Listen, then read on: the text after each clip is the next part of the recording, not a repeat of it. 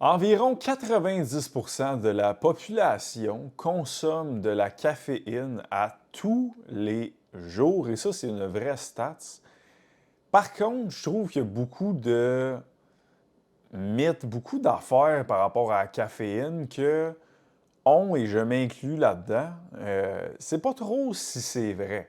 Hein? Ça déshydrate, il faut pas trop t'en prendre, tu vas en mourir. Il faut que tu attendes 1 heure et demie avant le début avant d'en prendre. Il y a tellement d'affaires qui passent à gauche, à droite. Tu te dis, c'est-tu vrai, c'est-tu pas vrai? Et dernièrement, il y a une nouvelle revue d'études qui a sorti pour répondre à toutes ces questions-là. Et vous me connaissez bien, ben j'ai pris le temps de rentrer là-dedans. Puis je me suis dit, ben gars, je vais faire un podcast là-dessus. Et finalement, m'en faire 3 podcasts là-dessus parce que c'est beaucoup trop long que j'en fasse rien qu'un. Ça va me prendre 2 heures. Pas sûr que ça vous tente de m'écouter pendant 2 heures. One shot parler de caféine. Je me suis dit, on va changer de sujet puis on va y revenir. Fait que je vais faire 3 parties de podcast à la caféine. Puis je vais répondre à chaque fois à des grands mythes que, ben, on va voir est-ce que c'est vrai, est-ce que c'est faux, selon la science qu'on a sous la main actuellement. Donc aujourd'hui, on va répondre à 5 questions qu'on peut se poser ou 5 choses qu'on peut entendre au day-to-day par rapport à la caféine. La première étant, quel est le dosage recommandé par jour de caféine? La deuxième, après combien de temps tu as absorbé la caféine? OK? Donc après combien de temps qu'il y a un effet, il y a un ressenti de l'effet que tu recherches? Troisième question, elle, on en parle souvent quand même, après combien de temps tu l'as toute éliminé, ta caféine? Parce que ça peut avoir des impacts négatifs sur ta récupération et ton sommeil. Donc, après combien de temps tu l'as éliminé fondamentalement? Quatrième question, est-ce que c'est vrai que la caféine déshydrate au repos? Et cinquième question, pour finir le podcast pour la partie numéro 1, est-ce que c'est vrai que ça déshydrate pendant l'entraînement? Donc, le fait de consommer de la caféine avant ton entraînement te donne plus de et te met plus à risque d'être déshydraté pendant ton entraînement. Pour chaque question, je vais vous faire une petite conclusion pour vous aider à, encore une fois, prendre la science et le mettre dans votre quotidien au day-to-day. Premièrement, avant qu'on rentre dans les questions, je veux juste qu'on se mette clair sur la définition de la caféine, parce que la caféine n'est pas le café. Parce qu'on nous dire, c'est évident. Mais peut-être qu'il y en a que non. Hein? Donc, la caféine ne veut pas dire café. Parce que la caféine, c'est une substance chimique qui se retrouve dans certaines plantes, dont la plante du café, dont la plante du thé, le cacao et également le guarana. Je ne sais pas si je le prononce comme du monde. Sinon, ben, vous pouvez rire de moi dans le char. Si oui, ben, je l'ai dit comme du monde. Donc, le café, c'est une plante. Et dans cette plante-là, on retrouve la substance chimique de la caféine. Dans les boissons énergisantes, ben, ils vont ajouter justement cette substance-là pour avoir l'effet d'alerte, l'effet d'énergie qu'on recherche. OK? Donc, boissons énergisantes, ce n'est pas une plante. Ils prennent vraiment la substance chimique de la caféine. Puis, des fois, mettons, dans Gourou, ils prennent la plante guarana. Encore là, je ne sais pas, je l'ai dit comme du monde. Et c'est ça qu'ils ajoutent dans le Gourou pour l'effet caféine. OK? Donc, ils vont ajouter ça dans les boissons énergisantes. Donc, la caféine, on va en retrouver dans tout ça. Je me suis fait une petite liste en avant de moi. On va le retrouver dans le café, on va le retrouver dans les boissons énergisantes, dans le thé noir, thé vert, thé blanc, certaines boissons gazeuses comme le Coke, le chocolat, les yerba maté, les suppléments de pré-workout, évidemment. Ben, pas tous, il y en a qui sont sans stimulant, mais les pré-workouts avec stimulant, c'est de la caféine qu'il y a dedans. Et les suppléments de fat burner également. Ça, on n'en parlera pas aujourd'hui dans cette partie-là, mais je pense que c'est dans la partie 2, c'est la caféine. On va parler de est-ce que c'est vrai que la caféine te fait brûler plus de gras, donc par le fait même va te faire perdre plus de poids. Dans tout ce que j'ai nommé plus haut, c'est vraiment le dosage de la caféine qui va varier dépendamment de la grosseur, dépendamment à quel point tu vas en manger, etc. Donc maintenant qu'on est sur la même page sur ce que c'est de la caféine, allons dans nos questions. Donc, première question, quel est le dosage maximal recommandé par jour? Eh bien, selon Santé Canada et aux États-Unis, c'est FDA, Free Drugs Approval, quelque chose comme ça. Les deux sont pareils. C'est 400 mg par jour. Ça équivaut à quoi ça à peu près? Hein? Parce que 400, ça peut être flou, mais ça équivaut à quoi? Ça équivaut à 3 à 5 lattés, médium à peu près. Ça équivaut à peu près à 3 boissons énergisantes qui auraient 150 mg de caféine dedans. Ça pourrait équivaloir aussi à 2 scoops d'un pré-workout comme lui de Believe, le pré-fuel. Tout ça, pour moi, là, dans qu'est-ce que ça équivaut, pour moi, ça semble complètement énorme. Comme c'est énorme. 3 à 5 lattés. Je dors pas de la nuit si je prends ça. On va y arriver après là, qu'est-ce qui se passe avec les nuits et tout, là, mais pour moi, déjà là, 400 mg, c'est le dosage maximal. Ben, comme on a du lousse en tabarouette, parce que je connais pas beaucoup de monde, comme dans mes clients, dans mon entourage, qui vont se rendre là. 3-5 cafés par jour, 2-3 boissons énergisantes, 2 scoops de pré-workout. Ça peut peut-être arriver plus souvent que je vais voir ça, mettons, mais c'est quand même beaucoup, là, 400 mg comme upper limit. Donc, on a du jeu avant que ça devienne dangereux, j'imagine. On va le voir plus loin, pas dans celui-là, mais dans d'autres podcasts, mais j'imagine que s'il y a une limite, c'est parce qu'il y a des dangers à aller plus haut que ça.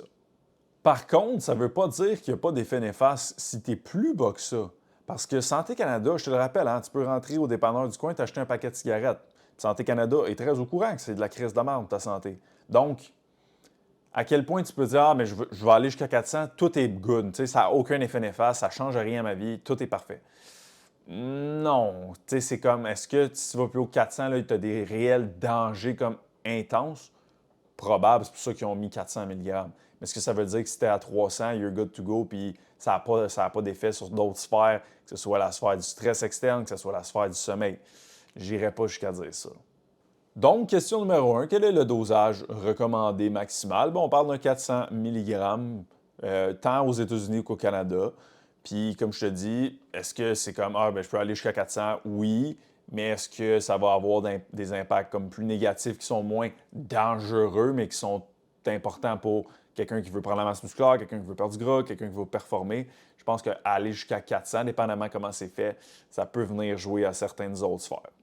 Question numéro 2 maintenant. Après combien de temps on a absorbé cette caféine-là? Après combien de temps on l'a dans le sang, le pic est là, puis on a l'énergie? Tu sais, là, le feeling, tu viens de prendre du café, là, puis là, tu as un gros boost, mais ça arrive après combien de temps? Après 45 minutes, 99 de la caféine a été absorbée par ton système digestif. Donc, c'est quand même assez rapide. Mais à quel moment tu as un pic au niveau de dans ta circulation sanguine? Là, ça varie par individu, mais on parle entre 15 minutes jusqu'à 2 heures, dépendamment des individus. Et le dépendamment des individus est extrêmement fort quand on parle de caféine. Je vais en parler tout le long. Ça dépend vraiment des individus, de par leur génétique, de par ils sont qui, mais c'est une femme, c'est un homme, une personne enceinte. Ça va vraiment varier par individu. Donc, il n'y a pas de réponse claire. 15 minutes à 2 heures que ça va prendre pour atteindre un pic. Donc, question numéro 1, tu sais que c'est 400 mg. Question numéro 2, tu sais que ça prend à peu près 45 minutes, tu l'as tout absorbé, et à peu près 15 minutes à 2 heures avant que tu atteignes un pic dans ton sang. Maintenant, la question numéro 3, là, on commence dans du plus intéressant encore plus. Après combien de temps tu l'as éliminé, cette caféine-là? Parce que je le rappelle, la caféine, c'est un stimulant du système nerveux central. Ça met ton système nerveux en mode sympathique, c'est actif, il t'allume, il te donne de l'énergie. Si tu me dis, hey, go, j'ai la misère avec mon sommeil de ce temps-ci, là, dirais-tu un truc? Des Christy de bonne chance, je te dis pas, prends-toi un café, comme juste avant de te coucher, swipe-toi ça, tu vas voir, ça va faire du bien à ton système.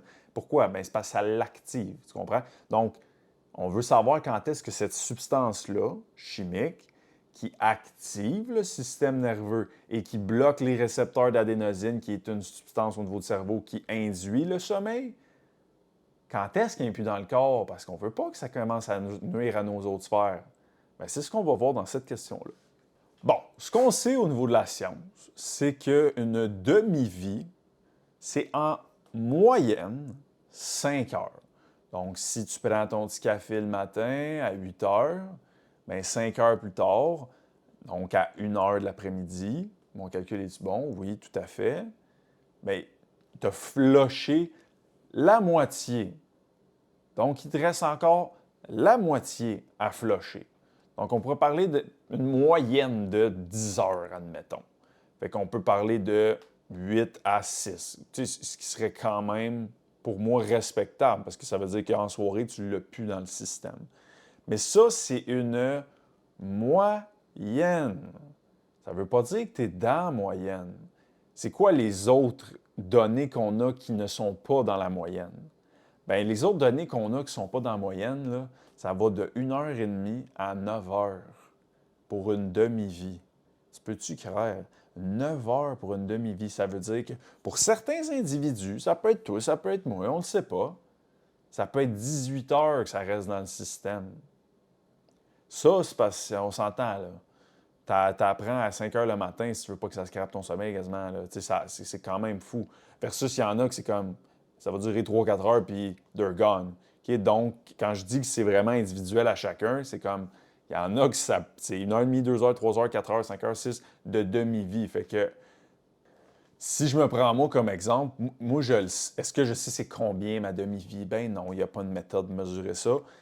J'aurais tendance à dire que je suis plus en haut de la moyenne. Hein? Parce que moi, je prends un café à 7 heures. À 10 h, 11 h le soir, je suis dans le lit, je le feel que je suis allumé, contrairement à quand j'en prends pas. Fait que moi, j'ai appris à gérer ça. Je prends juste de la caféine, généralement, un vendredi, quand je sais que le vendredi soir, je me couche plus tard, ou un samedi matin, quand que je commence à travailler très tôt. Outre que ça, j'y touche pas. Ou je peux me prendre, mercredi, je suis allé, je me suis pris un décaf. Parce que je le sais pour moi, puis ça, c'est propre à moi. Hein? Mais rendu le soir, je vais trop allumé, mon sommeil va en prendre une claque. Si je dors mal, ma journée d'après en prend une claque. Mes performances, ma concentration, ma gestion des émotions. Fait que moi, ça ne me tente pas d'aller là. Mais ça, c'est moi. Pour toi qui écoutes le podcast, ça peut être complètement différent. Ça peut être juste, toi, à 6 heures, tu ne le sens plus. C'est tough à dire. Mais si on veut faire une moyenne pour inclure le plus de gens là-dedans, on va dire, idéalement, tu es mieux 10 à 12 heures avant ton heure de sommeil. Moi, j'aime bien la règle du 12 heures. J'aime mieux qu'on se laisse le plus de chance.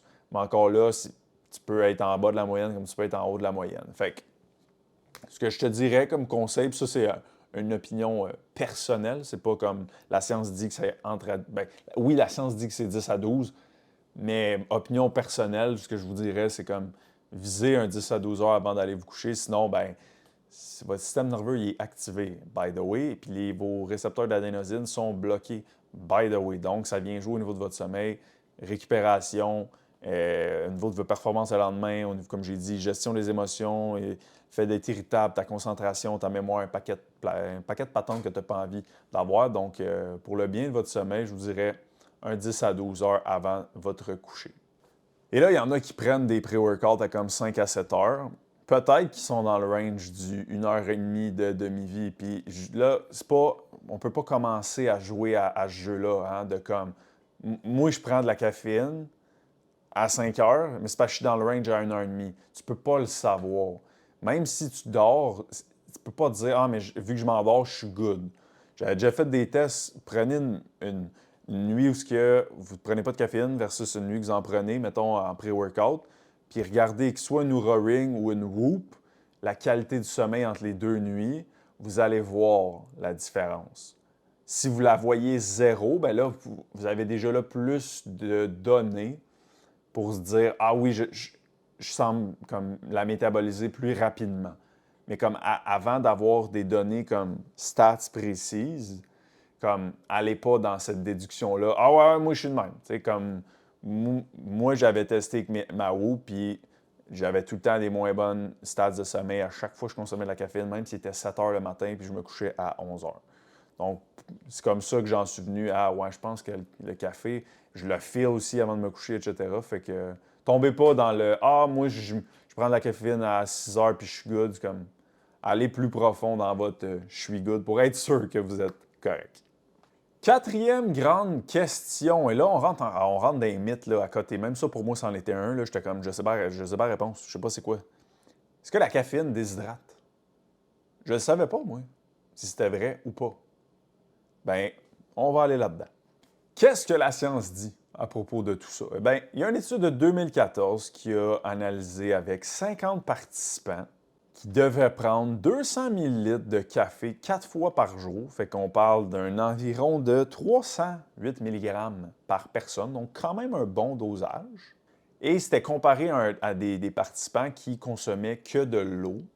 Et là, il analysait voir tout ce qui était hydratation, déshydratation, au niveau de l'urine, etc. Eh bien, les résultats pour cette étude-là, il n'y avait aucune différence entre les deux groupes. Au niveau de la déshydratation, au niveau de l'urine, au niveau de whatever, qu'est-ce qu'ils ont testé. Ce n'est pas tant mon créneau, là, tout ce qui est hydratation et urine. Mais ils n'ont pas trouvé de différence d'hydratation entre les deux groupes. Une méta-analyse de 2016, donc je le répète, une méta-analyse, c'est une étude des études. Puis il y avait 16 études dans cette étude-là. Puis eux, ils ont vu, encore là, quand la consommation était dans 300 mg par jour, ça revenait à ce que je viens de dire. Il n'y a pas de différence au niveau de l'hydratation. Donc, tu n'étais pas déshydraté parce que tu consommais de la caféine. Par contre, il y a une étude de 2017 qui, eux, ont regardé 10 personnes. 5 personnes prenaient autour du 270 mg de caféine et 5 personnes prenaient 540 mg. Okay? Donc là, on tombe en haut de la limite que Santé Canada nous impose. Fait qu'on est vraiment haut. Et là, ils ont vu qu'il y avait des petits signes de déshydratation pour les gens qui étaient à 530 mg. Donc, conclusion de ce qu'on sait là, avec la science actuelle, est-ce que la caféine déshydrate? Bien, la réponse plus terrain serait non. Parce que je ne connais pas grand monde qui prenne 538 mg de caféine par jour. La majorité des gens vont être dans du 200, 300 peut-être. Même ceux qui prennent du pré-workout, ils ne dépassent pas 400, parce que 400, c'est la limite imposée par Santé Canada. Donc, si la seule étude qu'on a qui a vu des effets plus au niveau de la déshydratation, on est d'en haut du 500, je vous dirais, est-ce que la caféine déshydrate? Bien, la réponse, c'est non. Mais si tu t'en vas en haut de 500, oui. Donc, comment tu peux opérationnaliser ça au day-to-day? Bien, fais-toi-en pas avec ça, à moins que tu en prends 500 mg et plus par jour. Maintenant, dernière question pour la partie 1 d'aujourd'hui. Est-ce que ça déshydrate pendant les entraînements? Donc, le fait de prendre un pré-workout avant, prendre un café avant, est-ce que ça va te faire que tu vas être déshydraté pendant ton workout? Bien, il y a une étude de 2011 qui a voulu étudier ça. Ils ont donné 6 mg par kilo aux participants. Ça, c'est l'équivalent que si j'avais pris 518 mg. Ils sont vraiment intenses dans leur dose dans les études. Donc, je prendrais ça, je ne dormirais pas pour 3 semaines. Fait que 518 mg. Et là, il allait faire du vélo pendant 2 heures dans des conditions très chaudes et dans des conditions très froides pour voir y avait-tu une différence. Sachant que pendant, l'hydratation était la même, bien évidemment. Il voulait voir est-ce que le fait d'en prendre avant change quelque chose le pendant, même si pendant, je bois de l'eau comme l'autre groupe. Eh bien, il n'y avait pas de différence au niveau de l'hydratation, de la déshydratation pour ceux qui avaient pris de la caféine et même 518 mg juste avant. Plusieurs autres études ont poussé jusqu'à 9 mg par kilo, l'équivalent de, je l'ai noté ici, 780 mg pour moi. Et encore là, si à 500, je ne dors pas pour des semaines, à 900, je ne dors pas pour des mois. Okay? Fait que ils sont vraiment intenses d'aller à ce point-là. Et j'ai hâte de voir dans les prochains épisodes, j'ai hâte de vous le partager, de qu'est-ce qui fait que Santé Canada dit 400 max, puis qu'eux vont genre jusqu'à 780 mg. Donc, même jusqu'à 900 mg, pas 900, 780 mg, ces études-là, ils n'ont pas vu de déshydratation au niveau intra-workout. Okay? Donc, si avant le workout, ils en consommaient, puis pendant le workout, ils buvaient de l'eau comme tout le monde, ils n'ont pas vu d'effet. Donc, encore là, si on met ça plus terrain, je vois personne boire ça. Si tu bois un café avant d'aller t'entraîner, si tu prends un pré-workout avant d'aller t'entraîner, on parle du 200 mg peut-être. C'est comme, si à 800 mg, ils n'ont pas vu d'effet vraiment, tu es correct à 200 mg. Et tant que encore là, tu bois ton eau pendant ton workout, tu vas être correct. Là. Donc, pour la conclusion de cette question-là, ce qui a le plus d'impact sur ton hydratation pendant le workout ou ton niveau de déshydratation pendant le workout, c'est vraiment à quel point tu as tendance à suer. Puis ça, c'est propre à chacun. Après ça, ça va être ta stratégie d'hydratation pendant ta journée puis pendant ton workout. Fait que si tu bois de l'eau dans ta journée, tu bois de l'eau normale pendant ton workout, tu devrais être good aussi. Puis ta génétique, dépendamment si tu as tendance à te déshydrater plus rapidement ou pas. Donc, la caféine n'a pas vraiment de lien là-dedans. Donc, voilà pour la partie numéro 1. J'espère que ça vous donne quelques petits... moi, perso, c'était vraiment tout ce qui était hydratation que j'ai fait comme « Ah, ouais, OK! » J'ai toujours cru que ça déshydratait parce que j'ai cru, encore là, des gens qui l'ont dit de leur bouche sur les internets. Mais je n'avais pas ce brain de « OK, ouais, mais y a-tu de la science en arrière de cette phrase-là? » Dans le temps, fait que je prenais ça pour du cash. Et là, ben, je vois que ben, je suis correct. Si je prends un café, 2 cafés semaine, un petit 100 mg, je n'ai pas à me stresser et à boire 3 gallons d'eau. Donc voilà, vous n'avez pas à vous stresser pour la déshydratation intra-workout tant que vous buvez de l'eau normalement. Vous n'avez pas à vous stresser à être déshydraté dans votre journée tant que vous ne montez pas en haut de 500 mg de caféine par jour. Et l'autre gros point, je pense, c'est de dire, OK, ben, peut-être un 10 à 12 heures avant de me coucher, arrêter la caféine. En prendre du décaf si vous voulez en boire quand même. Puis si vous voulez être plus précis, ben, peut-être d'utiliser des montres comme Whoop ou une bague comme la Oura Ring pour aller voir, ben, êtes-vous en moyenne? Êtes-vous plus du côté je métabolise vite ou comme moi dans le côté je métabolise plus lentement? Puis encore là, vous ne pouvez pas être très précis et dire ah oui, moi je suis dans le range du 3 heures, mais ça va déjà vous donner une petite idée.